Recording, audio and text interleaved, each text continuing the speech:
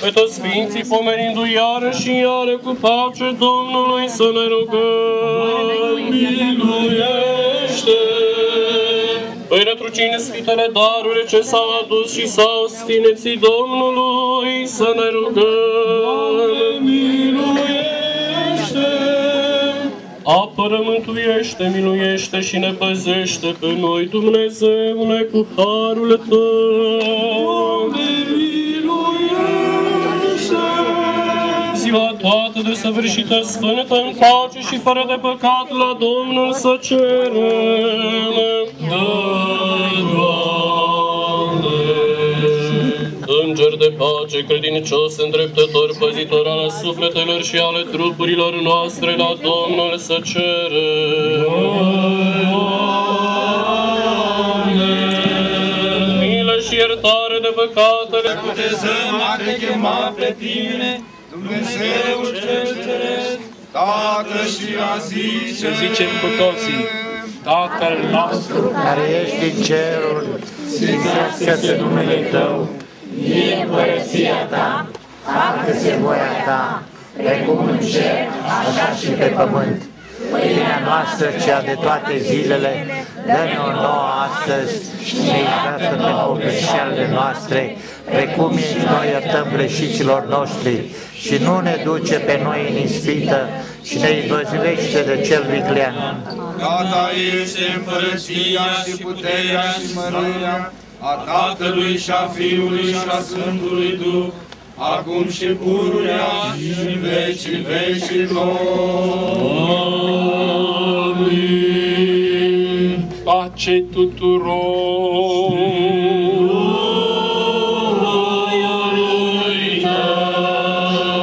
Capetele voastre Domnului să le plecați. Ție,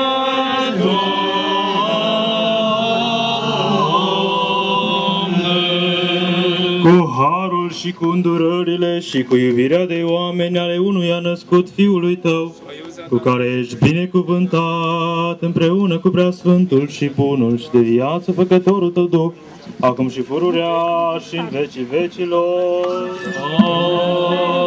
Amin. Să luăm aminete.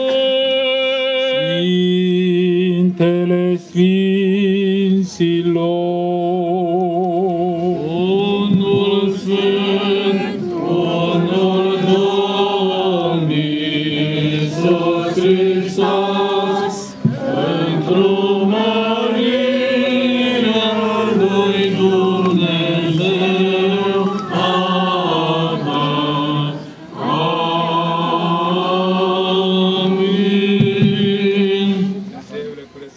Hristos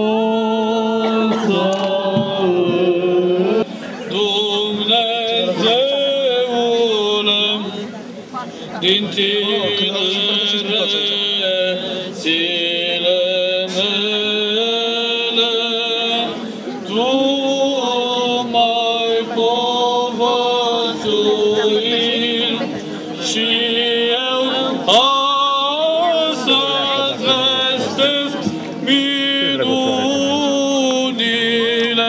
Tale, Doamne, să nu mă părăsești nici la bătrânețile și căruntețele mele.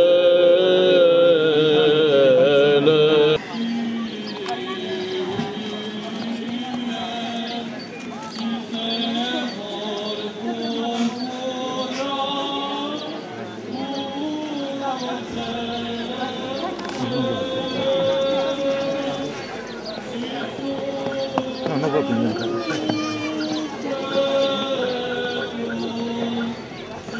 La multe lume. Mai ales cu copiii ăștia. Deci vă schimba mentalitatea.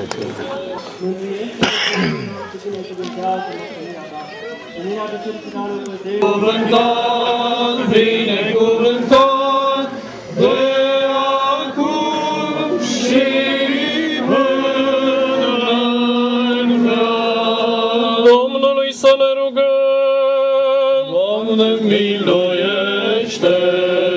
Binecuvântarea Domnului să fie peste voi toți, cu al său har, cu al său iubire de oameni, totdeauna, acum și pururea și în vecii vecilor. Amin. Slavă ție, Hristoase, Dumnezeul nostru, nădejdea noastră, slavă ție. Hristos a înviat din morți cu moartea pe moarte călcând și celor din morminte viață dăruindu-le. Doamne miluiește, Doamne miluiește, Doamne miluiește, Preasfințite Stăpâne, binecuvintează. Cel ce a înviat din morți, Hristos, adevăratul Dumnezeul nostru, pentru rugăciunile preacurate Maicii sale, ale Sfinților întru tot lăudaților apostoli, cu rugăciunile Sfântului Ioan Gură de Aur, a cărei Sfântă Liturghie am săvârșit, a Sfântului Andrei, apostolul cel întânchenat și apostolul neamului nostru românesc, în cinstea căruia s-a ridicat și s-a sfințit biserica aceasta, ale Sfintei Mucenițe Fotinia, a cărei Sfântă Pomenire o săvârșim și a tuturor Sfinților, să ne miluiască, să ne mântuiască pe noi, ca un bun și iubitor de oameni. Amin. Hristos s-a înviat! Hristos s-a înviat! Hristos s-a înviat! Și nouă ne-a dăruit viață veșnică, să ne închinăm învierii Lui. Cele de a treia zi, Hristos a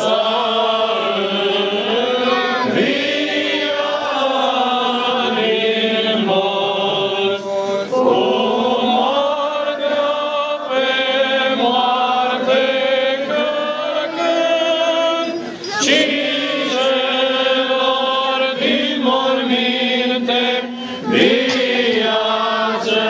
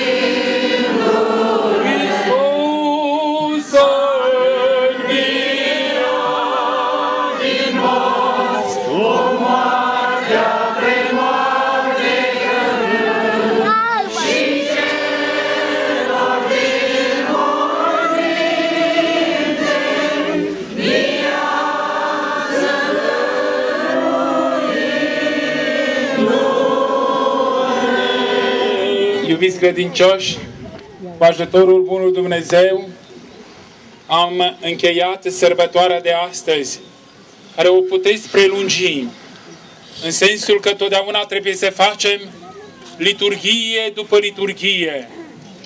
Și m-ați impresionat încă o dată, dragii mei comăneșteni și nu numai. Ați venit pe această colină, înconjurând biserica aceasta și înconjurându-ne și pe noi care am săvârșit Sfânta Liturghie. Cred că și ceilalți de peste drum care ne priviți, faptul că am avut amplificare, credem că ați fost părtași la liturghia de astăzi și toți ați primit darul și binecuvântarea lui Dumnezeu. Eu, în calitatea mea de ierarh al locului, vă mulțumesc pentru participarea dumneavoastră impresionantă. Dar încă o dată îmi demonstrați că acolo unde suntem, sunteți și frățiile voastre. Și tainic Hristos este împreună cu noi. Mă bucur că ați venit numeroși pe colina aceasta, unde am zidit un templu, chiar dacă nu este așa impresionant, cum este catedrala care Sfântului Constantin și Elena, care se înalță în mijlocul Comăneștiului sau celelalte biserici. Dar în orice caz ați înțeles astăzi că fiecare bisericuță, indiferent de mărimea sau lățimea ei, ea este un altar unde se slăvește numele lui Dumnezeu în treime lăudat, Tatăl, Fiul și Sfântul Duh, treimea cea de o ființă și nedespărțită. De aceea știu și că sunteți receptivi la ceea ce faceți în biserică, la ceea ce faceți și ce facem în biserică. Și cred că lucrarea noastră comună, convergentă, Dumnezeu o va primi ca dreptate în perspectiva mântuirii personale și mântuirii obștești, care o așteptăm de la milostivul lui Dumnezeu. Vă mulțumim că răspundeți cu promptitudine la nevoile bisericii. De altfel, istoria acestui loc o cunoașteți. Este cartierul acesta Podei, știți foarte bine că aparține Comăneștiului și din punct de vedere jurisdicțional canonic aparține Bisericii Sfântului Spiridon. Părintele Lucian de acolo este aici și Părintele Maxim, pentru faptul că de rațiuni binecuvântate nu a putut veni, dar în orice caz îi mulțumesc în mod deosebit că a ajutat pentru constituirea acestui locaș de închinare. Totodată mulțumesc celor care au început această bisericuță, care a avut istoria lui controversată, aș putea spune, pentru început. Domnul Ionescu, Doru cu soția sa, Mariana, au avut un copil care l-a chemat Andrei, care a trecut la cele veșnice și a dorit din tot sufletul său, dacă Dumnezeu l-a luat pământului, trupul său, sufletul său de înger este în ceruri, ei bine, i-au dorit să zidească un locaș de închinare pentru fiul său.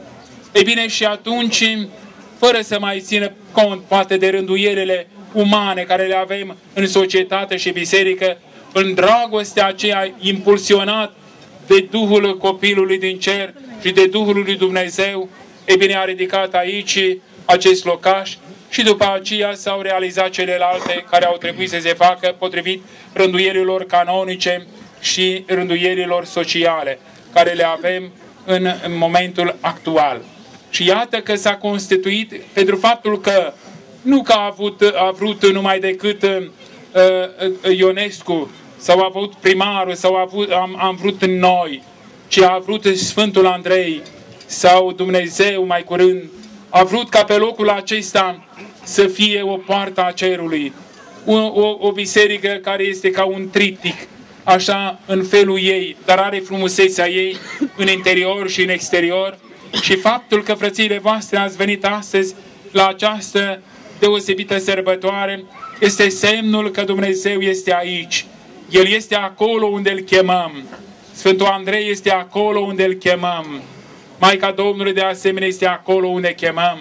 Și bineînțeles, locul respectiv devine un spațiu de imortalitate, un spațiu de întâlnire cu Dumnezeu. Pentru aceasta le mulțumesc în mod solemn tuturor celor care au contribuit să ajungem la această distinsă sărbătoare și mulțumesc în special primarului Viorel, care este astăzi împreună cu noi, cu cei din aproape ai săi. Și de ce astăzi? Eu nu știu dacă l-acceptați toți pe primarul locului, dar în orice caz, eu, în ceea ce privește cele bisericești, am o bucurie deosebită că niciodată nu a zis nu, că de obicei se zice nu, în general astăzi, dar noi zicem da. Zicem da la tot ceea ce propune biserica, pentru faptul că aceasta ne structurează identitatea spirituală, ortodoxă, românească și așa mai departe. Și el a zis da pentru faptul că trebuia să se structureze celelalte demersuri care trebuia să se împlinească pentru ca locul acesta să-și aibă rânduiala lui canonică și legală. Și iată, suntem și încoronăm astăzi aceste importante lucrări care s-au făcut aici de-a lungul timpului în ultimii ani. Și dincolo de toate acestea, ceea ce este important este că locul acesta este un loc viabil din punct de vedere spiritual. Și au venit aici o mână de călugări care, iată, s-au statornicit cu Părintele Mercurie, iată, cu Părintele Calinic, care este deja mai înainte hirotonit și astăzi am mai hirotonit într-o dreapta de diacon, ca slujbele care se fac aici să fie după rânduială și după așteptarea credincioșilor care își îndreaptă pașii către această oază de spiritualitate de aici, de pe Podei. Cum s-a ajuns aici, acum e greu să mai spunem, poate Părintele Stareț, îl rog să vină la microfon, să spune 2-3 vorbe ca o concluzie a zilei. Dar nu ne mai trebuie alte mărturii pentru faptul că prezența frățiilor voastre este mărturia sigură că aici trebuie să se slăvească numele lui Dumnezeu și să se pomenească Sfântul Apostol Andrei, Apostolul Românilor. Ceilalți care mai vreau mărturii să le caute în sufletele noastre. Faptul că noi suntem aici, ei, cei care au responsabilități, să vină să ia mărturie vie de la ceea ce spunem noi astăzi, care ne-am adunat ca într-un fel de buchete de flori spirituale, să prăznuim și să cinstim această sărbătoare care s-a creat aici pe Podei. Vă mulțumesc în mod deosebit și rog pe Părintele Mercurie să își spune cuvântul său. Preasfinția voastră, preacuvioși, preacucernici părinți, stimați invitați și onorabile notabilități. Iubiți credincioși și credincioase, Hristos a înviat! Preasfințite Stăpâne, astăzi în această aleasă zi de sărbătoare, în Duminica Samarinencei, Apostolul lui Hristos și reprezentantul lui este în mijlocul nostru pentru a confirma încă o dată că acolo unde este episcopul este Hristos și biserica. Afară de biserică nu există mântuire. Iată, Duhul Sfânt se revarsă din plin în haină de sărbătoare, îmbrăcând schitul Sfântului Apostol Andrei cel întâi chemat. Cel întâi chemat prin slujba de resfințire al acestui modest sfânt locaș, care prin prezența creștinilor de față și prin puterea slujirii Sfintei Liturghii arhierești aduc Duhul Sfânt ca o perdea de lumină peste aceste locuri binecuvântate și totodată peste acest sfânt locaș strămoșesc de jertfă liturgică. Sinfonia primăverii, revenirea la viața naturii, fac dovada puterii Creatorului peste tot ce mișcă și laudă pe Dumnezeu. Cer, astre, pământ, flori și viețuitoare. Prezența Preasfinției voastre în mijlocul obștii de la schitul Sfântul Podei, de la schitul Sfântul Andrei, din Podei, și al credincioșilor. Convingătorul cuvânt de învățătură în care ați arătat atât de bine conturată esența dogmei creștine, sunt mărturie că biserica noastră ortodoxă, drept măritoare, se preamărește prin harul Duhului Sfânt și harismele sale. Sfânta Liturghie arhierească este cununa nevestejită a puterii dumnezeiești prin care inclusiv și îngerii și sfinții care s-au rugat astăzi împreună cu noi sunt mărturie nebiruită a bisericii din cer care veghează asupra bisericii pământești. Biserica este laboratorul învierii. În ea sufletele oamenilor se curățesc de păcat și se unesc cu Dumnezeu prin Sfânta Euharistie. De aceea trebuie să stăm cât mai aproape de tainele sale, păstrate prin 2000 de ani de succesiune apostolică și ierarhică. Centrul de greutate al acestei Sfinte Liturghii arhierești de astăzi este chiar Domnul nostru Iisus Hristos, Fiul lui Dumnezeu, care ne-a investit pe noi, slujitorii bisericii, prin puterea Duhului Sfânt să lăudăm pururea precum fac și îngerii în ceruri. Țin să mulțumesc în primul rând Preasfinției voastre pentru dragostea părintească pe care ne-ați arătat-o fiind în mijlocul nostru astăzi, la acest eveniment din viața schitului nostru și totodată tuturor creștinilor din orașul Comănești și din alte locuri ale țării care au ajutat cu rugăciunea și material la fondarea schitului Sfântul Apostol Andrei, dar mai ales credincioșilor și credincioșilor din împrejurim, care sunt alături de noi trup și suflet, ajutând la toate lucrările administrative ale schitului. Mulțumim tuturor invitațiilor, părinților, preoți slujitori care au slujit astăzi alături de noi și nu în ultimul rând, domnului primar al orașului Comănești, Viorel Miron și celor din Consiliul Local care ne-au sprijinit ori de câte ori a fost nevoie și au fost alături de noi, sprijinind în felul acesta biserica noastră strămoșească. Bunul Dumnezeu să răsplătească cu dragostea sa nemărginită tuturor credincioșilor care din